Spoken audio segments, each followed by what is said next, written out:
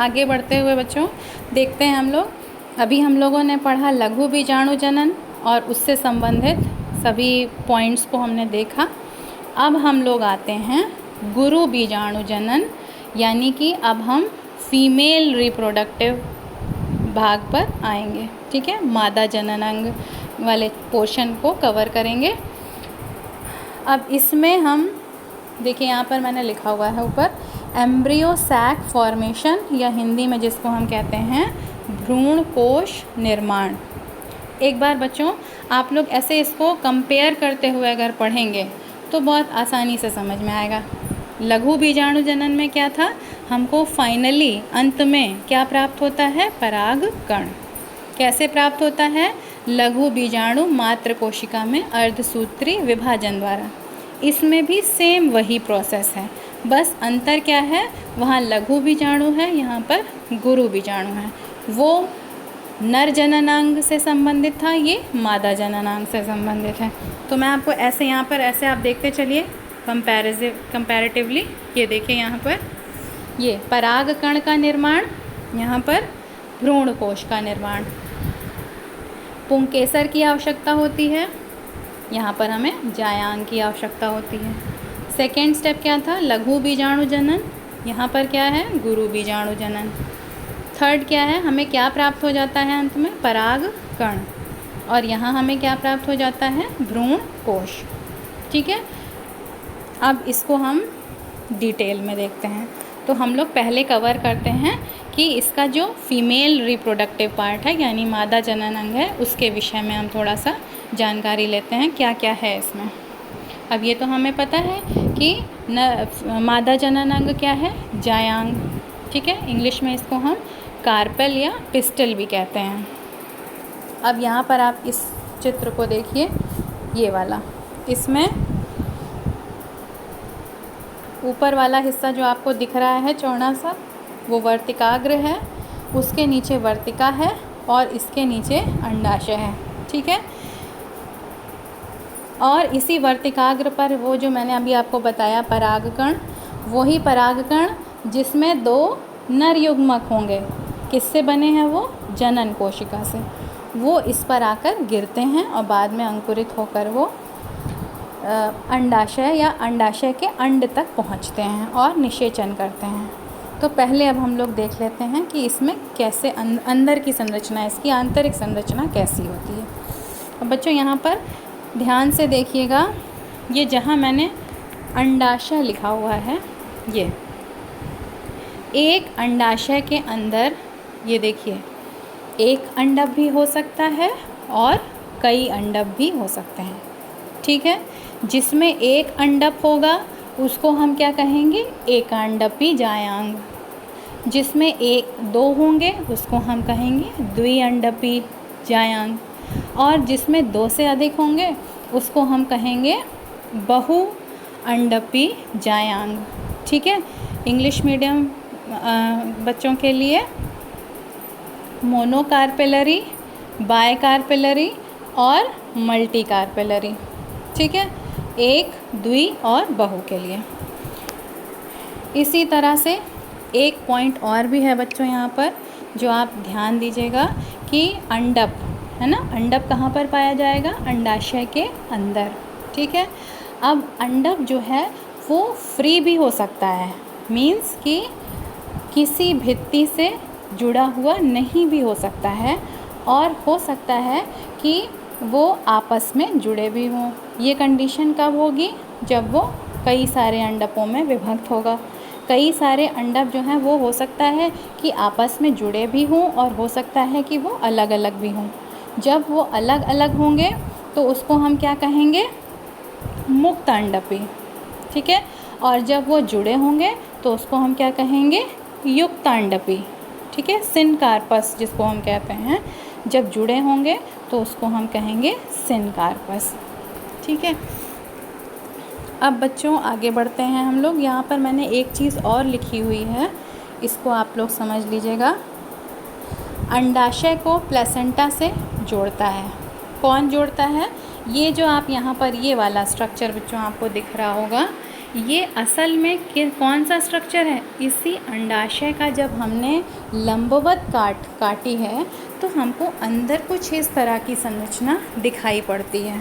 ठीक है, ये क्या है? अंडाशय के अंदर की संरचना है। ठीक है, अब इस अंडाशय की अंदर की संरचना में है क्या क्या, आइए इसको हम समझ लेते हैं। देखिए बच्चों, ये जो ऊपर वाला हिस्सा आपको दिख रहा है, जहाँ पर मैं डॉट लगाते जा रही हूँ वो आप समझते जाइए। जहाँ पर मैंने लिखा है फ्यूनिकल, है ना। अब बच्चों, इसके हिंदी वाले जो नाम हैं वो ज़्यादा टफ़ हैं, तो इसलिए आप कोशिश करिए कि इसके यही इंग्लिश नाम को ही याद करिए, क्योंकि हिंदी नाम से आप बहुत ज़्यादा कंफ्यूज भी हो जाएंगे और आगे भी आपको इंग्लिश में ही पढ़ना होगा, तो इसलिए आप इसको ऐसे ही याद करिए। ठीक है, फ्यूनिकल। अब ये फ्यूनिकल क्या है? वो भाग होता है जिससे ये अंडाशय के अंदर जुड़ा होता है। अंडाशय को प्लेसेंटा से जोड़ने वाला भाग ही फ्यूनिकल कहलाता है। अब ये अंडाशय, प्लेसेंटा क्या होता है? प्लेसेंटा वो भाग होता है जहाँ पर ये अंदर आपका जो ये वो है बीजांड है ना, ये बीजांड जिससे जुड़ा हुआ है जिस भाग से, उसी को हम क्या कहते हैं? बीजांडासन या प्लेसेंटा। ठीक है, ये मैंने यहाँ लिखा हुआ है, अंडाशय को प्लेसेंटा से जोड़ता है। कौन सा भाग जोड़ता है? फ्यूनिकल। अब आगे बढ़ते हैं। फ्यूनिकल, और ये देखिए, ये वाला जो पॉइंट आपको दिख रहा है माइक्रोपाइल, है ना, ये एक छोटा सा छिद्र आपको दिख रहा होगा यहाँ पे। इस छिद्र को ही हम कहते हैं माइक्रोपाइल, या हिंदी में हम कहते हैं बीजांड द्वार, है ना। वो पॉइंट जहाँ से आप बीजांड के अंदर घुस सकते हैं उसको हम कहते हैं बीजांड द्वार, या इंग्लिश में माइक्रोपाइल। अब माइक्रोपाइल और फ्यूनिकल को जोड़ने वाला हिस्सा क्या कहलाता है? हाइलम। ठीक, यहाँ पर आपको दिख रहा होगा डायग्राम में। अब इसके बाद हम आते हैं, ये आप देखिए इधर बच्चों, ये मैंने लिखा हुआ है बाह्य अंतः, इसके आगे होगा बाह्य अध्यावरण और अंतः अध्यावरण। ठीक है, अध्यावरण का मतलब क्या हुआ? उसकी भित्ति, या इंग्लिश में हम इसको कहते हैं इंटेग्यूमेंट। ठीक है, इसको हम कहेंगे एक्सटर्नल इंटेग्यूमेंट और इंटरनल इंटेग्यूमेंट। ठीक, अंदर वाला भित्ति और बाहर वाली भित्ति, ये आपको दो भित्तियाँ दिख रही हैं, और इसके अंदर वाला जो हिस्सा है इसी को हम क्या कहते हैं? भ्रूण कोश। ये जब तक इसमें कोई विभाजन नहीं हुआ होता है तब तक ये बीजांड कहलाता है, और जब इस बीजांड में विभाजन शुरू हो जाता है तब हमें जो संरचना प्राप्त होती है उसको हम कहते हैं भ्रूण कोश। ठीक, या इंग्लिश में एम्ब्रियो सैक। ठीक, एक यहाँ पर और भी आपको स्ट्रक्चर दिख रहा है, ये कैलाज़ा। कैलाज़ा क्या होता है? माइक्रोपाइल के जस्ट ऑपोजिट, विपरीत साइड में जो भाग होता है चौड़ा सा, उसको हम कहते हैं कैलाज़ा। ठीक है, कैलाज़ा जो है एक तरह से ये दोनों जो हैं उत्तरी ध्रुव और दक्षिणी ध्रुव के जैसे, आप इसको समझने के लिए देखिए कि जो हिस्सा जहाँ से बीजांड में प्रवेश हो सकता है उसको हम कहते हैं माइक्रोपाइल, और माइक्रोपाइल के जस्ट उल्टी दिशा में, विपरीत दिशा में जो भाग छोर पाया जाता है उसको हम कहते हैं कैलाज़ा। ठीक है, ये हो गई इसकी आंतरिक संरचना। अब बच्चों आगे थोड़ा बढ़ते हैं। एक चीज़ और रह गई है यहाँ पे, ये अंग देखिए आप, न्यूसिलस। न्यूसिलस क्या है? वो हिस्सा जो इस बीजांड या भ्रूण कोश के जस्ट बाहर की का हिस्सा होता है उसको हम कहते हैं न्यूसिलस। ठीक है, यही न्यूसिलस जो है वो बाद में बाह्य और अंतः अध्यावरण बनाता है। ठीक है बच्चों, अब आगे बढ़ते हैं हम लोग। ये यहाँ पर देखिए थोड़ा सा, ये मैंने इसको समझाने की कोशिश की है कि जहाँ पर न्यूसिलस का मतलब क्या हो गया? अध्यावरण की उत्पत्ति होती है, उस भाग को हम क्या कहते हैं? कैलाज़ा। ये कैलाज़ा क्या है? यहीं से ये इंटेग्यूमेंट बनना शुरू हो जाता है, अध्यावरण बनना शुरू हो जाता है। ठीक है, इस चित्र के माध्यम से कभी कभी इसकी संरचना ऐसी होती है और कभी कभी इसकी संरचना ऐसी होती है।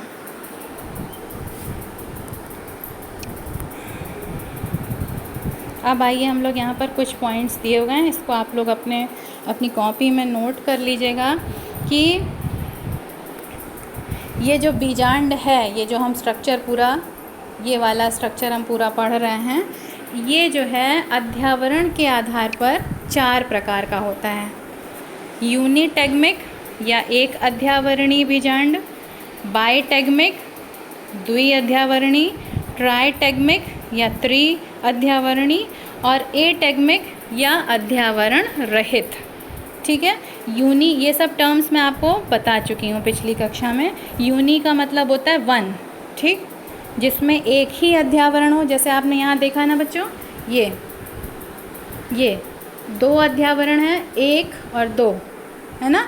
तो जिसमें केवल एक अध्यावरण होगा वो कहलाएगा यूनिटेगमिक या एक अध्यावरणीय बीजांड। इसका एग्जाम्पल क्या है? लगभग सभी द्विबीजपत्री पौधों में। अब द्विबीजपत्री पौधों के एग्जाम्पल्स क्या हैं? जैसे सरसों हो गया, है ना, आम हो गया, और भी बहुत से एग्जाम्पल्स हैं, लेकिन समझने के लिए मैंने आपको 2 दिए एग्जाम्पल्स। तो उनमें एक अध्यावरणीय बीजांड पाया जाता है। दूसरा क्या है? बाइटेगमिक या द्वि, जिसमें 2 हैं। सभी, लगभग सभी एक बीजपत्री पौधों में, जैसे गेहूँ हो गया, मक्का हो गया, है ना, धान हो गया, इन सभी एक बीजपत्री पौधों में द्विअध्यावरणीय बीजांड, मतलब इसमें अंतः और बाह्य दोनों पाया जाएगा। तीसरा है ट्राइटेगमिक, जिसमें 3 इंटेग्यूमेंट्स होंगे, अध्यावरण होंगे। इसका एग्जाम्पल है एस्फोडिलस। और चौथा है एटेगमिक। ए का मतलब होता है जहाँ कहीं भी ए लग जाता है आगे, दैट मीन्स नो, ज़ीरो। तो उसका एग्जाम्पल है लोरेंथस। ये पौधे का नाम है, वैज्ञानिक नाम है, इसलिए मैंने इसको अंडरलाइन किया हुआ है। तो ये एग्जाम्पल्स है आपका।